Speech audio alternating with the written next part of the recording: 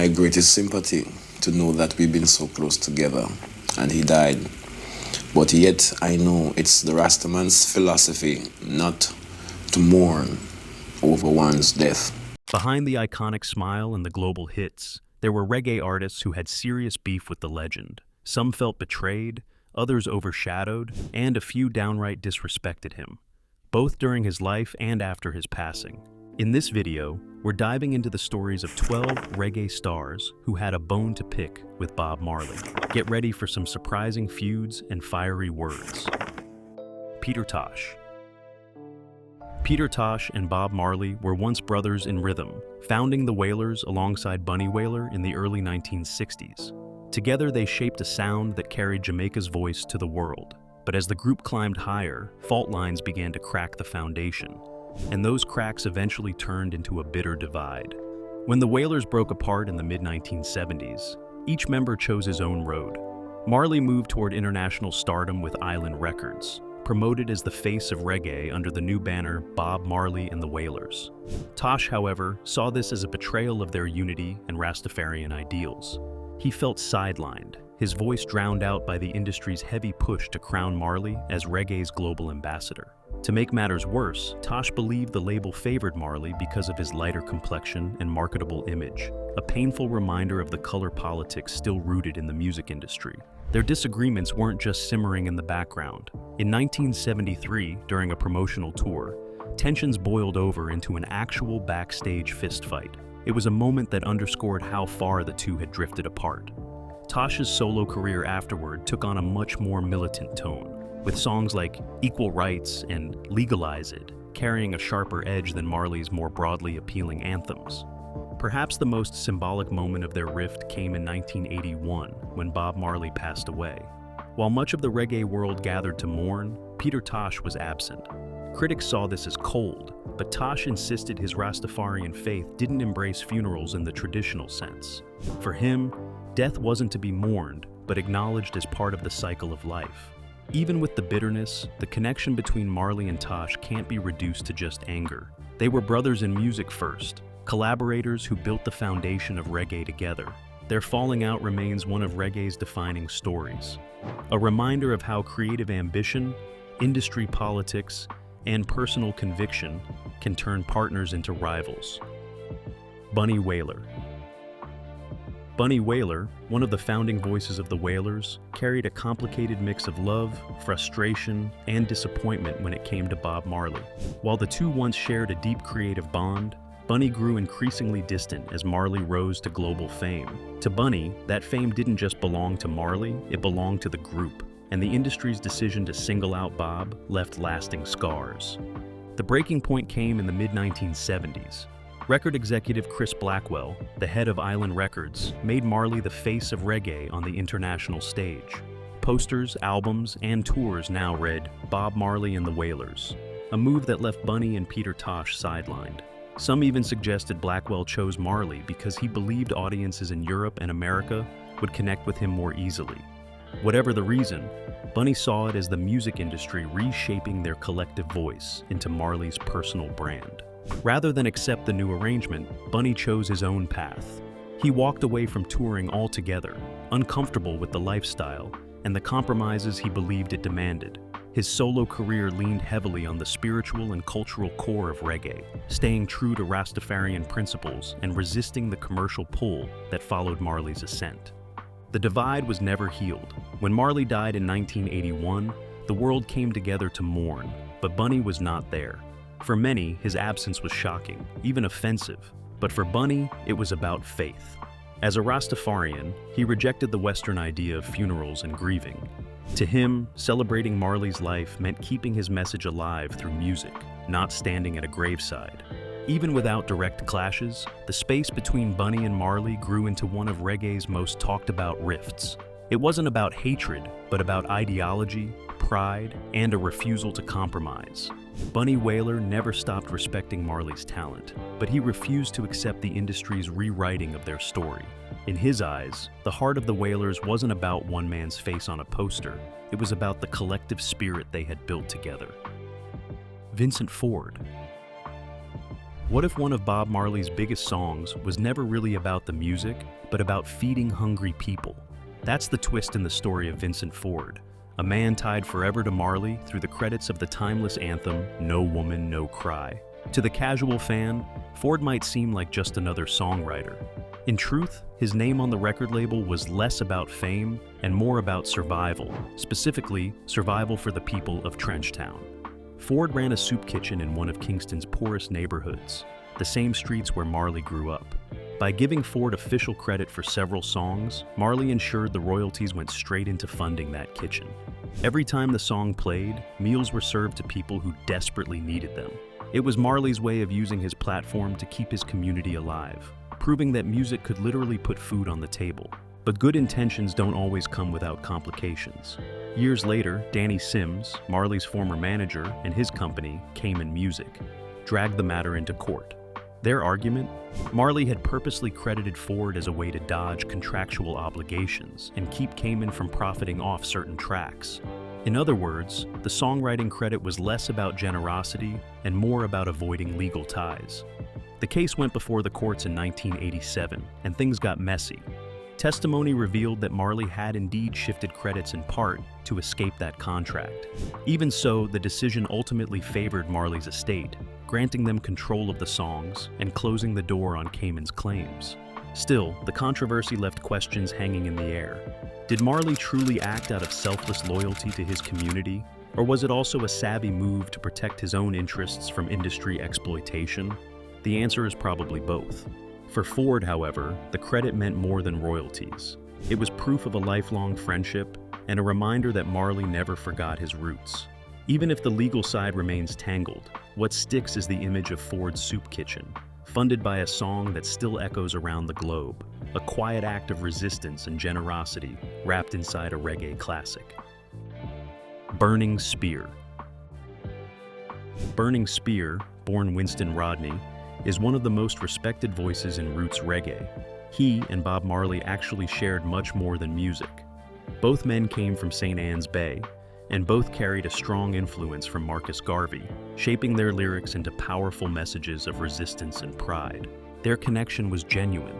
In fact, Marley was the one who told Spear to head to Studio One, a move that kicked off his recording career. Without that advice, Spear's path to reggae history might have been very different. So, how did people get the idea these two were at odds? It wasn't Marley at all. The tension came from a separate falling out between Spear and his drummer, Horsemouth, in the late 1970s. The story goes that a disagreement spiraled out of control, fueled by egos and misunderstandings. Words were exchanged, tempers flared, and it ended with a heated confrontation. Spear swore off working with Horsemouth after that, effectively cutting ties. Over time, some fans and observers blurred the lines, mistakenly linking this drama with Marley. Add in the fact that Spear occasionally expressed frustration about how Marley's international fame tended to eclipse other reggae artists, and suddenly the narrative of a feud was born. In truth, those feelings weren't about personal betrayal. They were about the way the music industry often spotlights one figure while minimizing others. It's easy to see how rumors grew legs, but the evidence points to a different reality. Marley was a mentor, not a rival. Spear himself continued to carve out his own powerful career, always staying true to his uncompromising vision of reggae as a spiritual and political force. The real takeaway? The supposed conflict between Burning Spear and Bob Marley says less about their relationship and more about how the reggae scene was interpreted by outsiders hungry for drama. While there were frustrations about recognition, the bond they shared from St. Ann's Bay to Studio One shows Marley's role as a guide and ally, not an enemy. Toots Hibbert. Few rivalries in music are as fascinating as the one between Frederick Toots Hibbert and Bob Marley. At the heart of their tension was not fame or personal grudges, but a deeper question about reggae's very origins.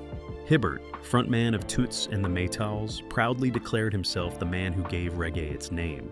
In 1968, he released the track Do the Reggae, a song that not only became a hit, but also marked the first recorded use of the word reggae to describe Jamaica's evolving sound. For Hibbert, that moment cemented his place as reggae's linguistic father. But as the 1970s unfolded, Marley's star power grew far beyond Jamaica. His music traveled across oceans, introducing reggae to audiences in Europe, America, and Africa. With that global rise came the perception that Marley was reggae's sole pioneer, overshadowing Hibbert's earlier contribution. While Marley was often celebrated as the genre's international face, Hibbert reminded fans and journalists that without Do the Reggae, the name itself might not exist.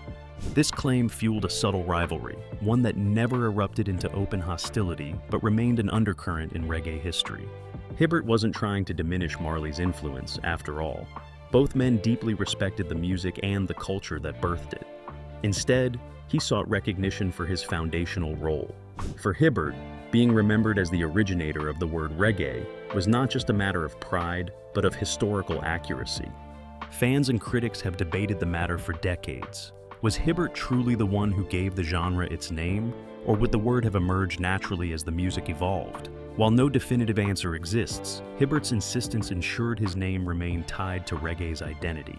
Meanwhile, Marley's unparalleled reach secured his place as reggae's ambassador to the world. In the end, the Hibbert-Marley dynamic illustrates how music history is shaped by both invention and reinvention, by those who coin the terms and those who carry them across the globe. Hibbert may not have achieved Marley's level of fame, but his role in naming reggae remains an undeniable part of the genre's DNA. Scratch Perry. In the late 1960s and early 70s, Perry was one of Jamaica's most experimental producers, known for bending sound itself with his otherworldly dub techniques. Marley and the Wailers found in him not just a collaborator, but a visionary who could elevate their raw energy into something entirely new.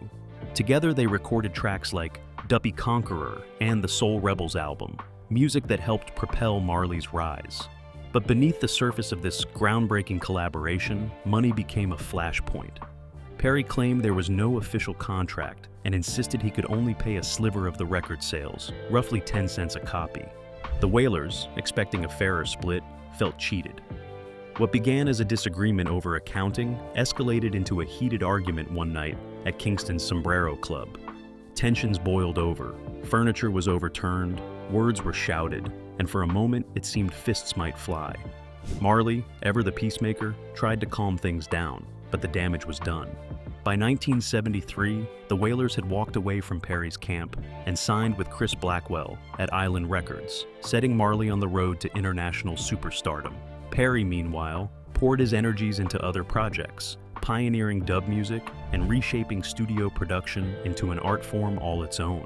Yet, despite the bitterness of that fallout, the story didn't end in animosity. Over time, Marley and Perry reconciled, their mutual respect outweighing past grievances. They never worked together as closely again, but the bond of shared history and creative kinship remained intact.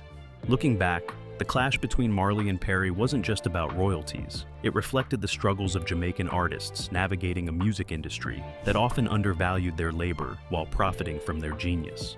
Perry's innovations in dub and Marley's global reach were two sides of the same coin, both essential in spreading reggae far beyond the shores of Jamaica.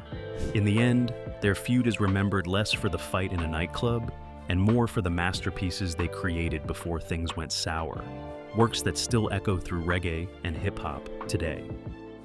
Steel Pulse. What happens when the torchbearers of a genre feel it's being reshaped for mass appeal? For Steel Pulse, one of Britain's most influential reggae groups, that question often lingered in the air when Bob Marley's name came up. Marley was more than a musician, he was a movement. By the late 1970s, his songs weren't just echoing through Jamaican dance halls, they were blasting on radios across Europe and America. To Steel Pulse, this global wave was inspiring, but it also raised concerns. They feared reggae was being softened, polished, and packaged to satisfy mainstream audiences, drifting away from its raw, revolutionary roots. Despite these philosophical differences, the band held Marley in high regard. In 1978, they landed what would become a career-shaping opportunity, joining Bob Marley and the Wailers on a 12-date European tour. For a young UK-based reggae act, it was like being handed the keys to the kingdom. The tour didn't just give them exposure, it taught them discipline, professionalism, and the stamina required to survive the relentless pace of international performances. Marley's presence drew sold-out crowds, and Steel Pulse found themselves swept along in his powerful current. David Hines, Steel Pulse's frontman, often spoke with deep appreciation about Marley's influence. He recalled how Marley's backing helped fill venues, and even revealed that Marley had plans to bring Steel Pulse onto his own record label. Far from being adversaries, there was admiration and gratitude running both ways. But with admiration came reflection. Hines later admitted his regret over not visiting Marley in the hospital before his passing in 1981, a moment of personal loss that underscored the depth of their connection. Whatever disagreements they might have had about reggae's commercialization were secondary to the bond forged on the road and through their shared love of the music. Steel Pulse's relationship with Marley is less about rivalry and more about a dialogue, how to honor reggae's cultural roots while also embracing its global potential. It's a reminder that even when artists see the path differently, respect and inspiration can coexist, shaping the future of a movement together. Judge Dredd. Judge Dredd, born Alexander Hughes, wasn't Jamaican. He was a British DJ and performer who carved out his own place in reggae and ska during the 1970s. Known for his raunchy, tongue-in-cheek lyrics, he became the first white artist to score a reggae hit in Jamaica, a surprising feat that gave him a kind of cult notoriety. But where Marley's music was steeped in spirituality, political struggle, and Rastafarian ideals, Judge Dredd leaned into comedy, double entendres, and exaggerated storytelling. The contrast couldn't have been sharper. For some, Dredd's success was viewed as cultural borrowing that didn't fully honor the roots of reggae. His lighthearted approach and provocative lyrics often clashed with the seriousness of Marley's catalog, which spoke to oppression, liberation, and faith. While there wasn't an actual feud between the two men, the comparison often created tension among fans and critics, especially as both found success in the UK during the 1970s. The numbers tell an important part of the story. Despite Judge Dredd's popularity, Marley outsold him in Britain. Marley's albums like Exodus and Kaya became global touchstones, ensuring that his version of reggae defined the genre for international audiences. Judge Dredd may have broken barriers as a white reggae artist, but his notoriety never reached Marley's iconic status. It's also worth noting that most of Marley's real rivalries were rooted in the Jamaican music scene itself. One notable example was his clash with producer 90 The Observer in the early 1970s, a rivalry believed to have been fueled by outside figures eager to pit two young talents against each other. Compared to that, Judge Dredd's supposed feud with Marley was more a cultural talking point than an actual conflict. In the end, Judge Dredd brought humor and shock value to reggae, while Marley carried its spirit to the world stage. Their differences highlight the genre's versatility and the tension between using music for entertainment versus using it for empowerment. Shaggy. When the beat drops and the crowd starts chanting, you know Shaggy is about to light up the room. But what happens when the glow of commercial success casts shadows of controversy? That's exactly the space Shaggy found himself in, when his remarks about Bob Marley stirred unexpected debate in reggae circles. Over the years, Shaggy has faced criticism from purists who accuse him of watering down reggae's roots for mainstream appeal. For some, his blend of dancehall and pop-friendly hooks has felt more like crossover than cultural preservation. Shaggy, however, sees things differently. He's pointed out that even Bob Marley, the global face of reggae, wasn't immune to accusations of selling out during his lifetime. In his view, the clash between artistic integrity and commercial success is as old as reggae itself. That context made his 2005 interview with The Guardian especially memorable. Reflecting on his career milestones, Shaggy noted that his 2001 album Hot Shot had sold more units than any single Bob Marley record, earning him the rare diamond certification. It was a statement of fact, rooted in sales numbers, but it was delivered with the kind of cheeky bravado that fuels headlines. The trouble was, some fans and critics interpreted it as arrogance or even disrespect toward Marley, a towering cultural figure who passed away in 1981, long before Shaggy's rise. The comparison seemed odd to many, not least because their careers existed in entirely different eras of the music industry. While Marley's legacy was built in a time when reggae was still finding international footing, Shaggy benefited from a far more globalized market and the rise of MTV. At its core, though, Shaggy's remark wasn't an attack. It was a reflection on how artists are measured. Numbers tell one story, but legacy tells another. Marley's music still resonates worldwide as spiritual and political anthems, while Shaggy's playful hits dominate playlists and party soundtracks. Both artists, in their own ways, demonstrate the power of reggae to evolve and reach across generations. In the end, what looked like a feud was really just a misunderstanding amplified by perception.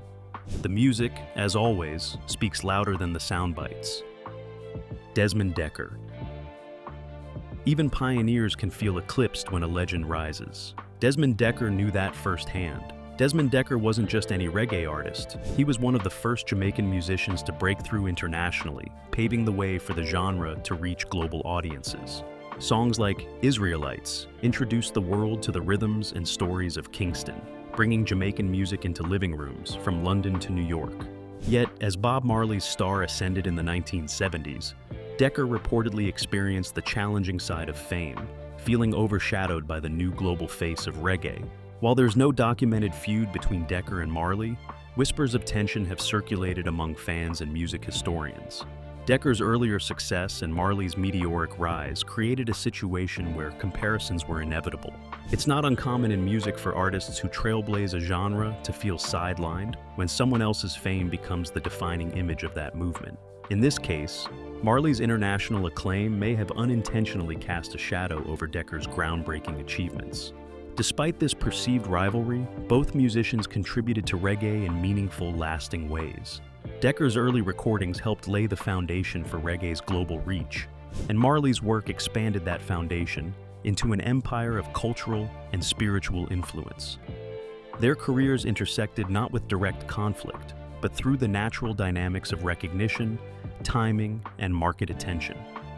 Dekker's experience highlights a recurring theme in music. The first to break through doesn't always get the lasting spotlight, yet his impact cannot be measured solely by chart positions or album sales. Dekker's innovations influenced countless artists, inspiring the next wave of reggae musicians who would follow Marley and expand the genre further.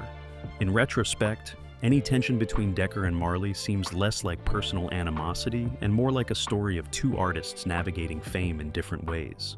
Dekker helped open the door, Marley walked through it and carried reggae to unprecedented heights. Both left indelible marks, demonstrating that the legacy of a genre is never the work of a single individual, but a collective of voices and visions. Big Youth. Rising to prominence in the 1970s, Big Youth became known for his radical toasting style, blending sharp social commentary with Rastafarian philosophy. His tracks addressed poverty, oppression, and injustice, aiming to awaken listeners and provoke thought. To him, reggae was a tool for empowerment, a way to speak truth to power, not just fill dance floors. Marley, meanwhile, was achieving unprecedented international stardom. His music, while rooted in similar spiritual and social themes, had expanded to reach mainstream audiences worldwide. Chart-topping albums and global tours brought reggae to millions, but to Big Youth, this success came at a cost. He felt that Marley's work had softened, its revolutionary edge diluted by commercial pressures and the need to appeal to international markets. This difference in philosophy created friction. Big Youth openly critiqued Marley, suggesting that the commercialized path Marley had taken compromised the original spirit of reggae. It wasn't personal animosity so much as a clash of ideals, two artists interpreting the purpose of the music differently. Big Youth wanted reggae to remain a radical, uncompromising voice for change, while Marley balanced social messages with a universal appeal that could cross cultural and national boundaries. Despite these ideological tensions, both men significantly shaped reggae. Big Youth's uncompromising approach influenced a generation of politically conscious artists, while Marley's global reach ensured that the genre gained worldwide recognition. Their contrasting paths illustrate the delicate balance between maintaining authenticity and embracing broader audiences. Looking back, the tension between Big Youth and Marley highlights a recurring theme in music: the negotiation between artistic integrity and commercial opportunity. Each artist stayed true to their vision, but their differing interpretations of reggae's purpose occasionally put them at philosophical odds. Yet, both left legacies that continue to inspire, one through radical, socially aware lyrics, and the other by carrying the sound of Jamaica to the farthest corners of the globe. Junior Byles. Junior Byles carved out a reputation for his introspective, roots-heavy approach to reggae. Songs like Fade Away and Curly Locks showcased a sound steeped in reflection, spirituality, and social consciousness. His music wasn't designed for the mass market. It aimed to speak to the struggles and emotions of everyday life in Jamaica, giving listeners a more somber and contemplative perspective. Bob Marley, in contrast, was reaching audiences far beyond the island's shores. His sound, while rooted in similar spiritual and political themes, carried an infectious energy and melodic accessibility that captured the attention of a global audience. As Marley's fame soared, Byles reportedly felt that his own contributions to the genre were being overshadowed. While there's no concrete evidence of a personal feud, the difference in recognition and reach created a subtle tension. Byles's music reflected the heart of reggae's deeper messages, emphasizing struggle, faith, and resilience, often with a melancholy edge. Marley's work, while also socially conscious, balanced political commentary with universal appeal, crafting songs that could unite audiences around love, hope, and cultural pride. This contrast highlights how reggae can carry multiple interpretations, one intimate and introspective, the other broad and unifying. Despite feeling eclipsed at times, Byles never stopped shaping reggae's evolution. His tracks influenced countless artists who sought to maintain the spiritual and reflective essence of the genre, even as reggae became a global phenomenon. Meanwhile, Marley's international success helped open doors for other artists, including Byles, to gain wider recognition for their work, even if indirectly. In the end, Junior Byles' story underscores the complexity of musical legacy. Fame doesn't always reflect contribution, and influence isn't always measured by chart success. While Marley became the face of reggae worldwide, Byles' deeper, more introspective tracks ensured that the genre retained its emotional and spiritual core. Together, they represent two sides of the same coin, one reaching for global recognition, the other preserving the soulful heart of Jamaican music. From Peter Tosh's open critiques to Bunny Wailer's ideological distance, it's clear that Bob Marley's rise to global superstardom wasn't without tension. These artists weren't just jealous, they had strong visions for what reggae should represent. And sometimes Marley's international appeal clashed with their ideals. Tosh pushed boundaries with his militant stance, while Bunny Wailer focused on preserving the spiritual purity of their music. Even artists like Big Youth and Junior Byles expressed concern that reggae was being softened for mainstream audiences, showing that creative differences can be just as charged as personal ones.